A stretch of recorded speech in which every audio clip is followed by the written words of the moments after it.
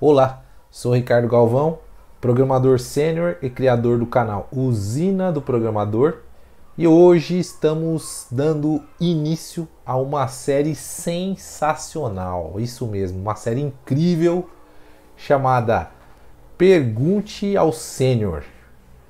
Pergunte ao Sênior. Eu tô me sentindo um tiozinho com uma série com esse nome, mas a ideia é ajudar os mais jovens. Então, como eu sou mais velho, sênior, nada mais justo que pergunte ao sênior, beleza? Então, antes de mais nada, se você não é inscrito ainda aí no canal, ativa o sininho para poder dar uma força aí pra gente e ajudar programadores jovens que estão em início de carreira. E vamos para a vinheta.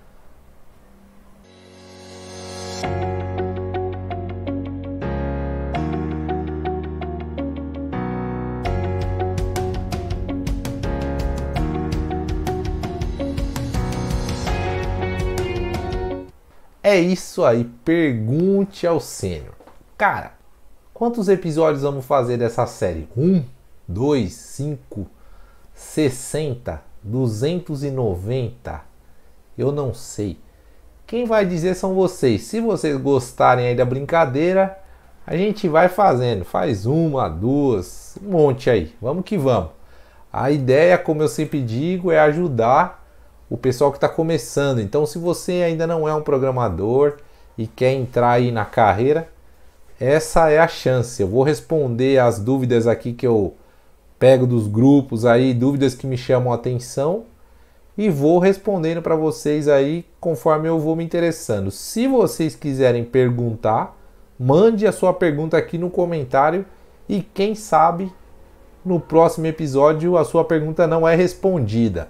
Um detalhe muito importante, se você quiser ter a sua pergunta respondida, faça a pergunta e na sequência coloque: Ricardo, autorizo informar meu nome aqui no seu seriado, na sua série, beleza? Só pra gente evitar problema, tá? Como eu peguei um monte de pergunta aleatória aqui nos grupos e eu quero poder cornetar à vontade se eu tiver que cornetar, então eu tô escondendo o nome dos caras, beleza? Achei melhor pra gente poder fazer um debate aberto, franco, sem ter preocupação a estar ofendendo a pessoa que escreveu. Beleza? Até porque a pessoa escreveu na maior das intenções, que é a mesma intenção que a minha, que é fazer o bem para as pessoas. Beleza? Então vamos para a primeira pergunta.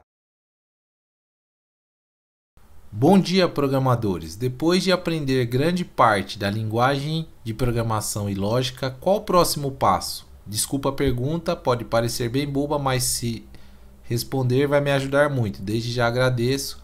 Observação: pretendo seguir a carreira de back-end.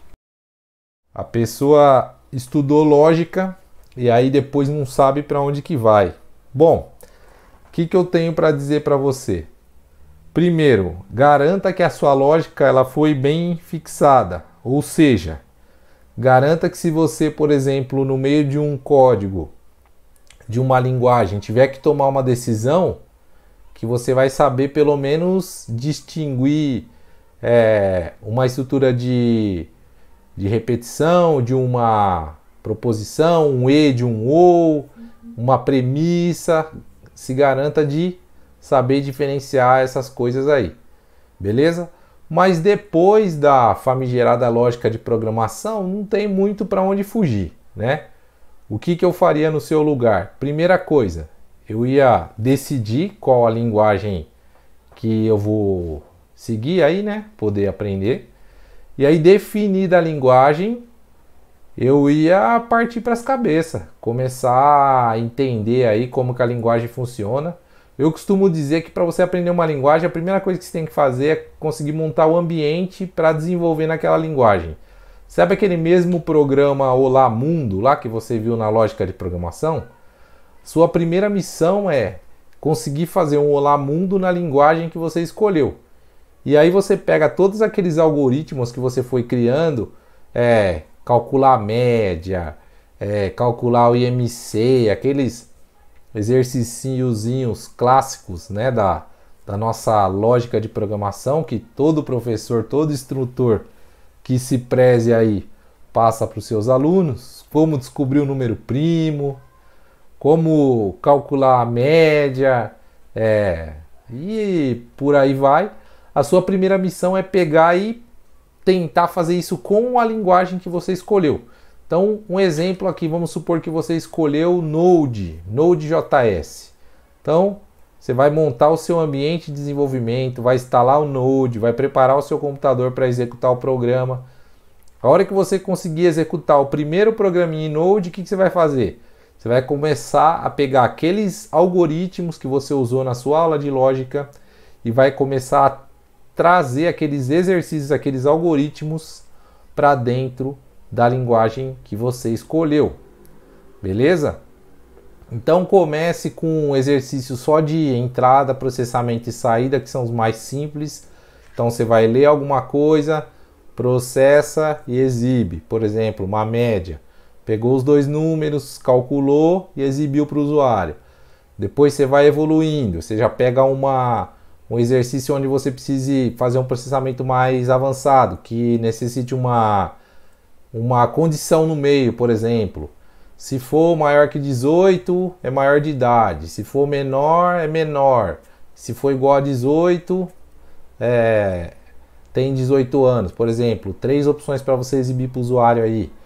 E aí, depois disso, vai para a estrutura de repetição.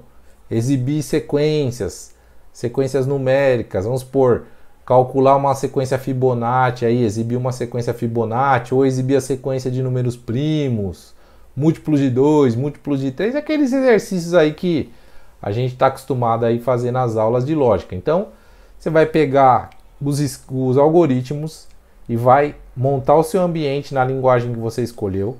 Depois que você montou o seu ambiente, que você conseguiu rodar o primeiro programinha lá, o Olá Mundo, lá na sua linguagem, você vai começar a trazer aqueles scripts da linguagem de programação para dentro da linguagem que você escolheu.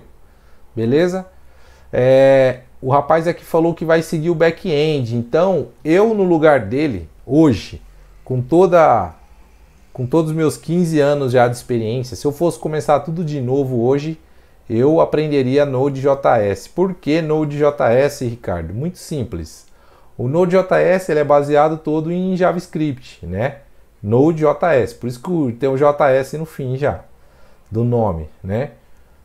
E o JavaScript hoje é uma linguagem que ele é usada em vários outros frameworks por aí, Vue.js, próprio React, Angular também usa bastante, né?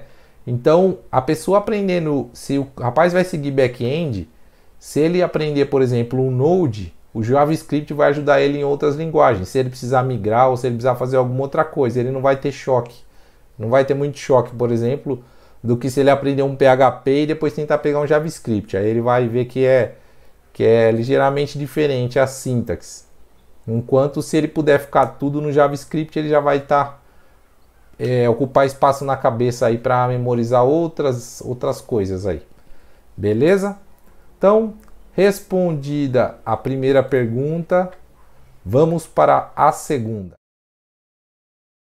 Estou procurando curso EAD para começar a atuar na área. O que me indicam? Engenharia de software ou tecnologia de informação? Essa pergunta aqui ela é uma pergunta capciosa, eu diria. Por quê?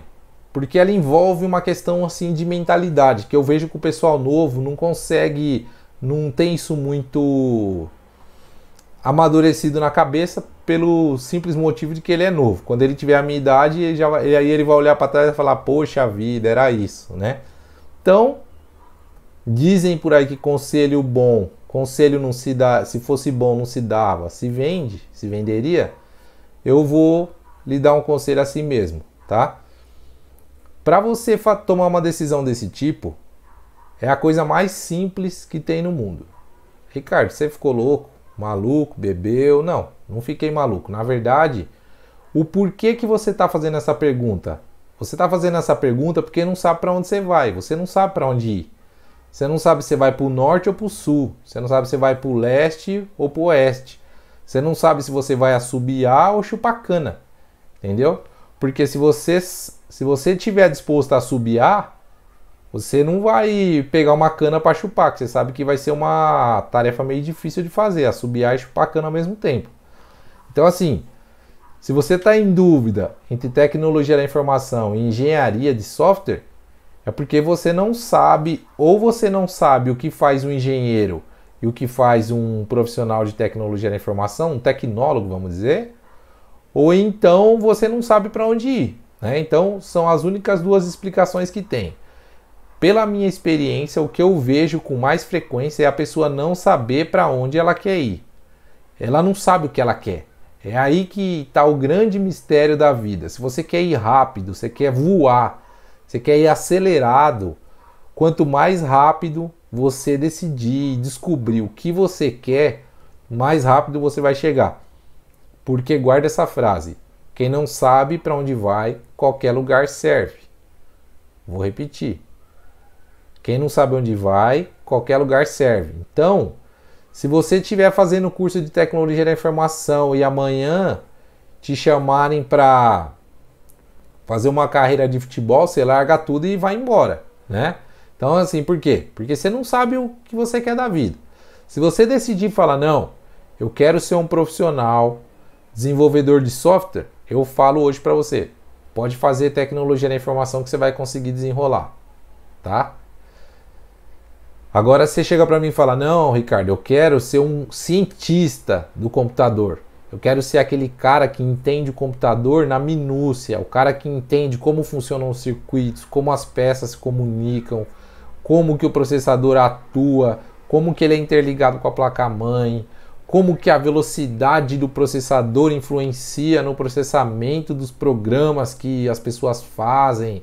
Se você quiser ir lá na ciência mesmo da coisa, lá no estudo, como eu posso dizer, profundo, não da programação em si, porque para você ser um bom programador, você também tem que ter um conhecimento a fundo do programa, de como os sistemas interagem, como eles conversam, como cada comando responde em determinada situação, como cada determinada decisão que você vai tomar, por exemplo, se você vai criar uma API de um tipo ou de outro, ou se você vai fazer uma consulta no banco de dados de uma forma ou de outra, vai te trazer a performance que você espera, enfim.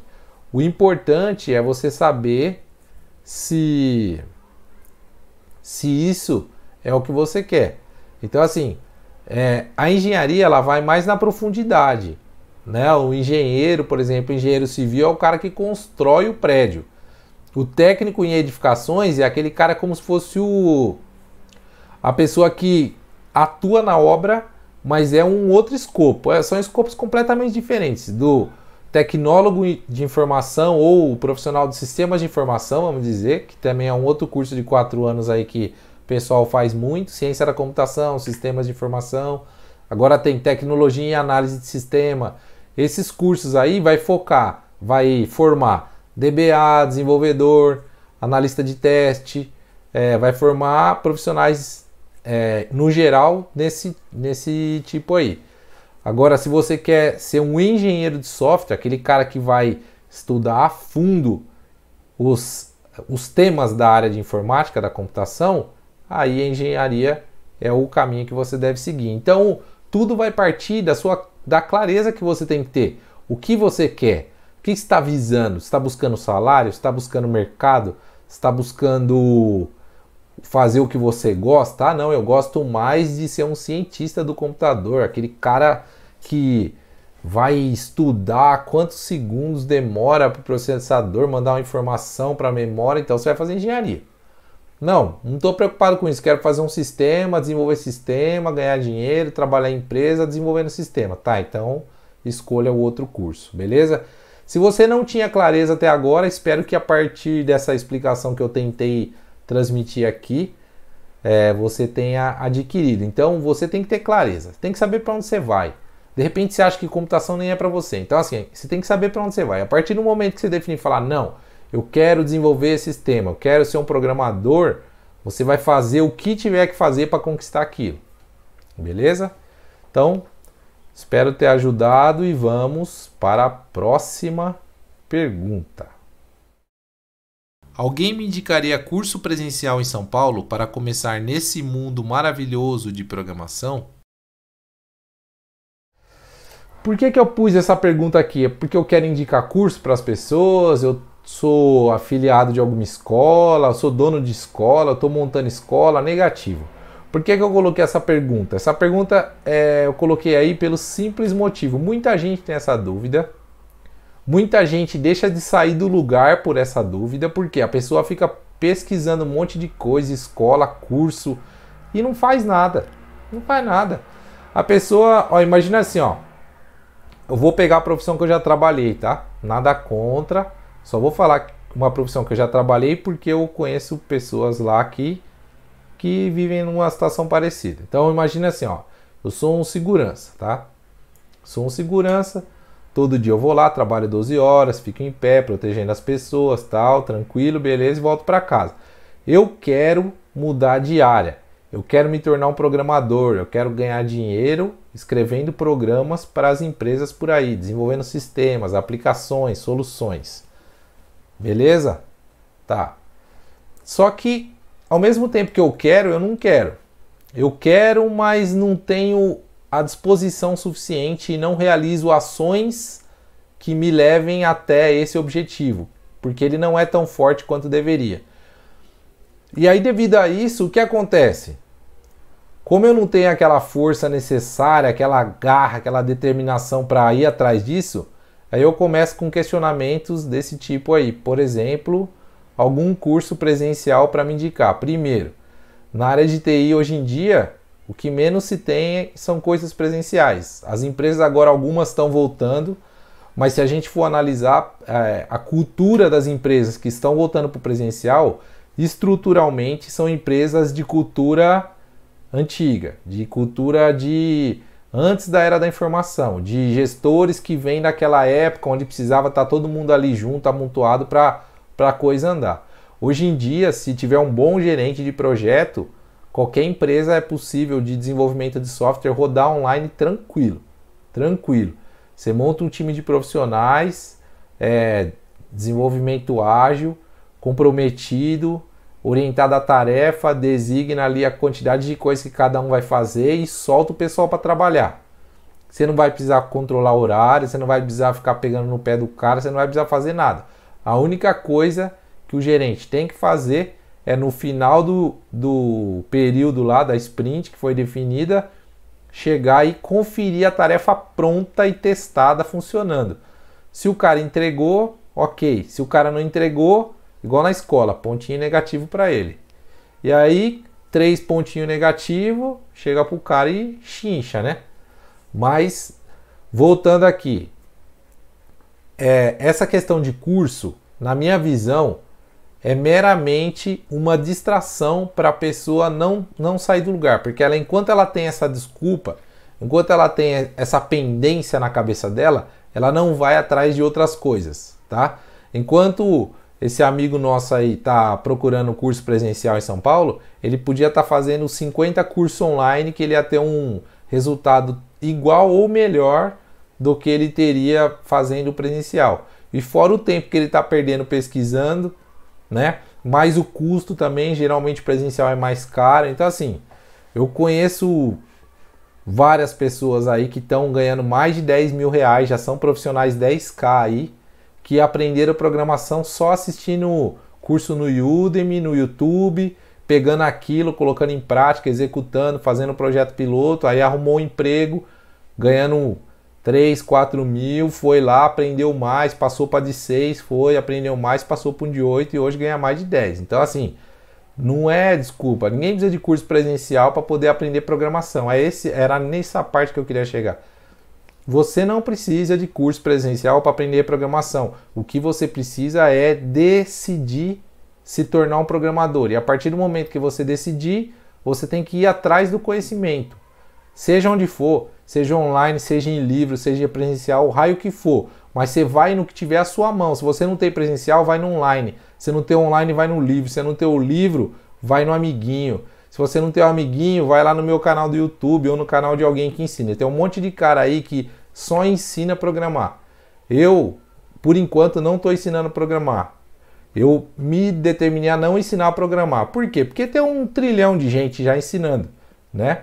Então, assim, eu podia montar um curso de programação? Até podia, mas não é o meu foco. Se uma hora passar a ser meu foco, irei fazê-lo.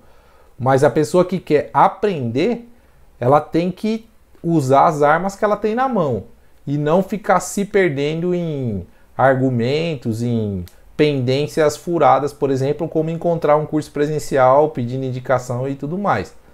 Beleza?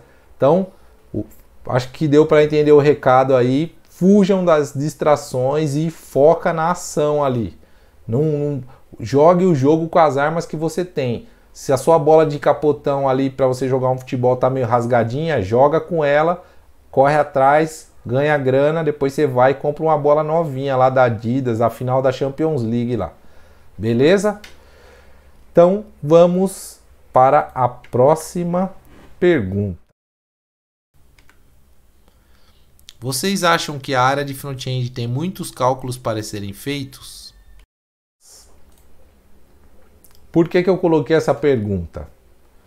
Coloquei essa pergunta por um motivo simples. É para tentar clarear um pouco a cabeça das pessoas que não sabem a diferença de um back-end do front-end e também o que o front-end exatamente faz. Então eu vou tentar esclarecer isso aí. Primeiro a diferença. Qual a diferença de back-end e front-end? O back-end é aquele cara que é responsável por criar transações, não transações, mas criar rotinas, criar tarefas, criar funcionalidades, achei a palavra. Funcionalidades do lado do servidor, que normalmente, grande parte das vezes, se comunicam com algum banco de dados ou uma base de dados. Não necessariamente, mas na maioria das vezes isso acontece. Ou se comunicam com outros sistemas, via uma API, via uma integração, certo? Então, o back-end, essencialmente, ele faz o quê? Ele pega o dado, pesquisa em algum lugar e entrega para quem, geralmente? Quando é uma aplicação que tem interface, ele vai e entrega para o front-end para exibir aquilo na tela. Então, eu, lá na minha época, lá atrás, que só tinha o jQuery, HTML, CSS para a gente trabalhar, o back-end geralmente mandava uma estrutura, um JSON para a gente, e aí a gente tinha que se virar para estilizar aquilo na tela e colocar tudo de forma organizada. Hoje em dia, devido a vários frameworks aí que surgiram, Vue.js, React e um monte aí, uma lista, dá para Angular, tem um monte, né? Não é simplesmente só o front pegar o JSON e colocar na tela. Hoje em dia, a gente não aconselha muito, mas acontece muito do front ter que resolver algumas questões na hora de exibir essas tarefas, né? Esses retornos que vem do back-end. Então, se chega do back-end algum tipo de informação, talvez fique alguma máscara para o front fazer, algum tratamento desse tipo, ou a coleção vem de uma forma e o front tem que tratar ali para poder ficar mais simples para ele exibir, mas isso varia muito de projeto para projeto, tá, pessoal? Tem empresas que são bem estruturadinhas assim, geralmente o pessoal procura trabalhar com o back-end já mandando tudo mastigadinho para o front, só pegar e realmente exibir. Mas a gente sabe que esse aí são as mosca branca, né? Infelizmente o mercado tem muito menos empresas que estão fortemente estruturadas do que deveria. Eu acho que deveríamos ter mais projetos assim, mais padronizados, mais orientados a regras, a padrões, a normas, até integração do time em combinação do que fazer, como fazer, esse tipo de coisa. Eu acho que é meio bagunçado assim. Mas no geral, deveria chegar tudo mastigadinho para o front-end só pegar aquilo e distribuir na tela. Então, vou dar um exemplo aqui, para não ficar muito vago, tá? Imagine que eu tenho um sistema onde vai exibir a lista de pedidos que foram feitas aqui na empresa, tá? Então, imagine assim, ó, o usuário chegou numa tela, aí tem um botão lá, pesquisar pedidos. Aí tem um campo, você coloca ali o número do pedido e clica no botão pesquisar. No que você clicou no botão pesquisar, o front-end vai ter qual a finalidade do front-end nessa funcionalidade aí que eu estou falando. Ele vai ter que colocar o botão, o campo, óbvio, fazer o evento ali para poder ficar monitorando o campo para pegar a hora que o usuário clica, tá? No que o usuário clica, o front vai fazer o quê? Vai pegar o valor do campo que foi preenchido pelo usuário, vai montar a estrutura que o back-end está esperando para poder retornar a pesquisa de pedido, que no caso talvez seja só aquele código do pedido que a pessoa preencheu. Ele monta a estrutura, o JSON, e dá um submit, um post, um get, faz uma requisição para o servidor, que no caso seria para o back-end, né? Faz a requisição para o back-end. No que o back-end foi, ele vai pegar esse dado, vai lá, busca no banco, o banco retorna, aí a aplicação pega o retorno do pedido, monta a estrutura do jeito que o front está esperando, tudo formatadinho. Imagina que tem a moeda, dinheiro, essas coisas. Tem empresa que o back já manda prontinho para o front, tem empresas que não. Vamos supor, tem um R$500 lá para exibir, o back manda 500, aí quando chegar lá no front, o front talvez tenha que percorrer toda essa coleção, colocando lá os reais e a vírgula 00, um exemplo, tá? Então assim, varia muito de projeto para projeto, mas o trabalho do front na ida seria mandar esse código para lá e na volta pegar o que o back mandou de volta e exibir na tela, tá? Então é esperado que o front-end tenha um pouco de afinidade com criação de tela, de layout. Então o front-end basicamente ele tem que saber HTML e CSS, se for uma aplicação web, né, lógico, para ele poder fazer umas telas legais aí, né? Fica difícil de um front-end trabalhar, por exemplo, sem saber HTML e CSS, porque ele não vai conseguir montar a tela, o layout, ele vai se enrolar aí, tá? E eu bolei duas perguntas em cima da que a pessoa fez, mas eu vou responder exatamente a que ela fez, que tem muitos cálculos. Fatalmente vai ter algum cálculo, mas muito é relativo, né? É difícil, muito quanto.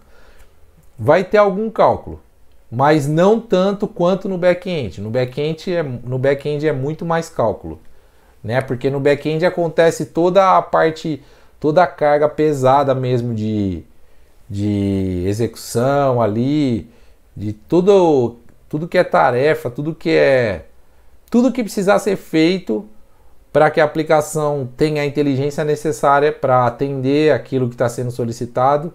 A maioria daquilo, 95%, é feito no back-end. Então, provavelmente no back-end tem muito mais cálculo do que no front. Tá? Vai ter algum cálculo lá, mas é menos. Beleza? Então, fica tranquilo que se o problema é esse, está resolvido. Não tem muito não, dá para levar de boa. Beleza? Então, vamos para a próxima pergunta. Bom dia, preciso de uma dica dos mais experientes. Já tenho o curso de lógica de programação e conhecimento de JavaScript e família JavaScript, né? Gostaria de saber se já poderia iniciar com o Node ou preciso fazer JavaScript desde o início. Cara, se já tem o conhecimento da família de JavaScript, já pode iniciar com Node. Eu já falei aqui, né? Nem tinha observado aí e as perguntas ficaram meio parecidas, mas cara, já vai para cima do Node, meu. Não pensa duas vezes, né? Já pega o Node aí, já vai começando a entender, conhecer os módulos, né? Conhecer o que precisa ali para funcionar. Começa criando uma API REST, uma básica aí. Você pode usar o Express se você quiser para poder fazer gerenciar os protocolos, o protocolo HTTP para você aí, você poder fazer um post, um get, um update, um delete. Você criando uma API que tem essas 4 funcionalidades, você já vai estar num bom caminho aí se você está começando do zero. Beleza? Então, acho que basicamente é isso aí. fazer JavaScript desde o início. Quem me segue sabe que eu não sou adepto de decorar a documentação inteira, né? Eu acho que eu sigo a filosofia da minha professora de matemática lá do ginásio, que falava que a cabeça ela tem que ser usada para gravar coisas importantes. O que ela quis dizer com isso? Coisas que você usa com frequência, né? Então você ficar decorando comandos lá que você vai usar uma vez a cada 100 anos, que nem a gente aprendeu a fórmula de Bhaskara na escola, que eu nunca usei depois que eu saí da escola. Então é bobeira. Então eu não aconselho você pegar JavaScript inteiro, o mundo todo lá para ficar decorando, não. Eu aconselho você ir lá, estudar o Node, e aí conforme vai surgindo a necessidade, você vai correndo atrás. Vai surgindo, você vai correndo atrás, e aí quanto mais você tiver necessidade, mais você vai inchando aí, vai inflando o seu conhecimento e vai ficando mais parrudo. Eu vejo o conhecimento como se fosse um novelo de lã, assim. Você vai juntando, chega uma hora que aquilo tudo fica uma coisa enorme assim que você consegue usar aí com bastante tranquilidade. Só toma cuidado para não embolar seu novelo aí, manter um novelo organizado daqueles que você joga assim, o fio fica na sua mão e ele só desenrola assim. Beleza? Então, espero ter ajudado você também. Vamos para a próxima pergunta. Já estamos acabando por hoje. Pessoal, tenho muita dificuldade em aprender JavaScript. Alguma dica no que eu possa estar melhorando? Às vezes bate um desespero. Cara, primeira coisa, fica tranquilo, porque desespero não vai adiantar em nada, né? O desespero talvez seja porque você está ansioso aí para começar a fazer as coisas e tudo mais. Eu sei como é que é, eu também já passei por isso lá atrás, tá?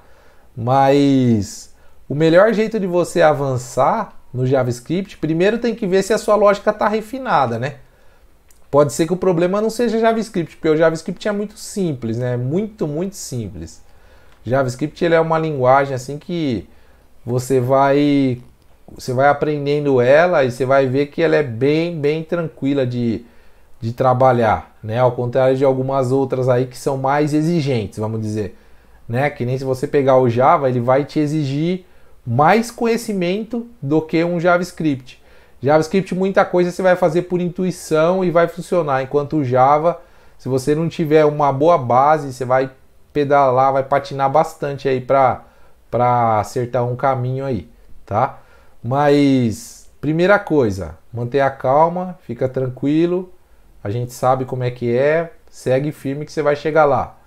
E a segunda coisa, a dificuldade talvez não seja no JavaScript, então dá uma olhada de novo na lógica, vê se você está conseguindo pegar os scripts que você fez lá na época que você estava estudando lá algoritmo, lógica de programação. Transfere isso para o JavaScript e vê se você está conseguindo transcrever, porque esse é o primeiro passo. Se você faz algoritmo, fez lá, funcionou, usou o Visual, por exemplo, sei lá, um programinha bem simples lá, funcionou. Aí na hora de transcrever isso para o JavaScript está dando problema, pode ser que realmente seja o JavaScript, mas eu acho difícil. Eu acho que talvez você não tenha feito os algoritmos lá e agora você está tentando escrever JavaScript e está tendo dificuldade em entender, em estruturar a lógica na cabeça. Aquela regrinha lá, nossa regrinha básica do programador, que é lá entrada, processamento e saída. Pode ser que esteja aí o seu gap. Então, o que eu aconselho para você, volta lá no algoritmo, lá, no escreva, leia, pega o basicão, faz rodar. Fez rodar no algoritmo, pega e traz para o JavaScript. Faz rodar, fez rodar, beleza. Aí vai para o nível 2, começa aí ficando pegando uns scripts um pouquinho mais difícil, para depois você partir para criar função, chama daqui, função dali, função chamando função, criar classe, tudo mais. Se você já sair querendo pilotar uma Ferrari sem ter tirado nem carta de motorista, aí realmente vai ficar mais difícil. Beleza? Então, acho que é isso aí. Espero que eu tenha também respondido a sua pergunta. Se a área de TI pode, por que medicina não? Queremos um médico com conhecimentos em dermatologia, anatomia, patológica, cardiologia, geriatria, neurologia, oftalmologia, hepatologia, otorrinolaringologia, proctologia, pediatria, psiquiatria, cancerologia e inglês fluente. Bônus aí do primeiro episódio aí do Perguntas e Respostas, né? Do Pergunte ao Sênior. Por que eu coloquei isso aí? Porque eu vejo muita gente reclamando que na área de TI os recrutadores pedem 200 milhões de temas para a pessoa saber para poder ser contratada, né? E eu fico muito feroz. Primeiro, pelo mesmo motivo que está na foto aí, que é uma tremenda papagaiada, porque em outras áreas, às vezes até para a pessoa ser uma atendente de supermercado, a pessoa pede 200 coisas lá, tem que saber computação, nem tem computador no mercado, ela tem que saber lidar com pessoas, tem que saber preencher não sei o que, tem que saber isso e aquilo. E na nossa área não ia ser diferente, então, tipo, não faz sentido o chororô das pessoas aí. Ah, não, tem que saber Node, saber React, saber Vue, saber Git, saber... Cara, tem que saber, ué. Tem que saber. Hoje em dia não tem como você entrar num projeto estruturado, chegar lá não sabe Git. Se eu tô falando alemão para você que você não sabe o que é Git, já vai no Google aí, já pesquisa. O Google é o pai de todos, né? Programador que não sabe consultar no Google tá lascado, tá procurando emprego aí porque não arruma. Porque para você procurar emprego, a primeira coisa é ir lá, vaga de programador no Google. Você não sabe pesquisar no Google, danou-se. Entendeu? Então, assim, primeira coisa, não liga para esse negócio de lista de requisito. Primeiro, o recrutador coloca aqui, vou fazer uma analogia, vocês vão entender. O recrutador coloca isso para você da mesma forma que quando você chega para comprar um carro, você chega lá falando, não, quero que tenha teto solar, seja no mínimo 2.0, que tenha ar-condicionado, que tenha troca de marcha no volante, central multimídia, roda 19, de preferência que seja uma Mercedes-Benz, que tenha turbo, que tenha isso, tenha aquilo. Aí chega lá a hora que você vê o preço, aí você fala, putz, pensando bem, acho que eu vou nesse HB20 aqui, vou nesse Prisma. Por quê? Porque beleza, até você querer comprar é uma coisa. Se você tiver dinheiro, você compra. Se você não tiver dinheiro, não compra. Então assim, o recrutador coloca tudo isso aí. Ele põe que quer uma Ferrari, mas nem sempre ele vai levar uma Ferrari. Muitas vezes ele vai levar um ali perto, né? Outra coisa que o pessoal confunde, o imprescindível com o desejável, né? Então, se a pessoa coloca lá 3, 4 coisas imprescindíveis e meia dúzia desejável, os caras acham que é tudo imprescindível. Não, calma, gente, não é assim não. Então, o que eu aconselho para você? Vamos pegar aqui o pessoal do JavaScript. Imagina que você está concorrendo para uma vaga de back-end, aí o cara coloca lá que você tem que saber Node, Git, MongoDB, GraphQL, mexer no... Já falei do Git. Mexer no Rancher. Manjar de Docker, por exemplo. Teste de unidade. E tá bom. Tudo isso aí. Beleza. Vai ter gente que vai chorar. Já vai dar chilique, falar que isso, que aquilo, que é um monte de coisa. Cara, não tem como você trabalhar num projeto sem saber... Pelo menos isso que eu falei, aqui eu tô de cabeça aqui tentando lembrar o arroz com feijão. É o mínimo, se não souber isso aí, você tem que correr atrás. Até porque muitas das coisas que eu falei, você não vai precisar ser o expert da paróquia aí, mas você tem que saber desenrolar naquilo, né? Que nem o Docker, você tem que ser capaz de criar um container, subir um container, desligar o container, saber o que é, criar uma imagem, baixar uma imagem, às vezes alterar é difícil, mas dependendo do projeto, às vezes precisa, outros não, né? O Git, você vai precisar ter que saber subir um arquivo, commitar, dar push, checkout, abrir um merge request ou um pull request e assim por diante. como que funciona o Git Flow, o desenvolvimento, ambiente de desenvolvimento, aí vai para QA, depois de QA para Master, e assim vai, entendeu? Então assim, hotfix, as coisinhas básicas do básico, que você com uma pesquisa aí e um mês de prática aí você já consegue falar com fluência sobre o assunto. Você vai ser o sênior? Não, óbvio, mas não é. A gente está falando aqui com um programador novo, ninguém está falando aqui com um programador sênior. Sênior sou eu tenho que saber. Vocês estão começando, então quem está começando tem que saber o assunto, saber do que se trata, saber como é que usa e estar disposto a aprimorar aquele conhecimento até chegar num nível excepcional, excelente de perfeição aí num futuro, tá? Mas vamos com calma. Tudo que é grande começa pequeno. Então não adianta querer botar o carro na frente dos bois e nem se assustar e nem criticar a lista de requisitos do recrutador. Deixa o recrutador lá achar que vai contratar um cara que sabe 200 milhões de requisitos para pagar R$2.000, né? Deixa ele achar. Se você estiver disposto a ganhar o que ele está te oferecendo, corre atrás dos assuntos e se coloca à disposição que com certeza você vai ter resultado. Experiência própria, conheço um monte de gente que teve, com você não será diferente. Basta você ter estratégia. O segredo de tudo é estratégia. Beleza? Bom, por hoje é só. Espero que vocês tenham gostado aí. Como eu falei, se você gostou, não deixa de dar o joinha aí. E já compartilha também com aqueles amigos seus que estão começando aí, que estão meio perdidos no mundo, tá? Mandem suas perguntas. Quem sabe ela não será respondida no próximo episódio. Beleza? Então, mandem suas perguntas, deixem aqui nos comentários que ela pode ser respondida no próximo episódio. Vamos ficando por aqui. Um forte abraço e até o próximo vídeo.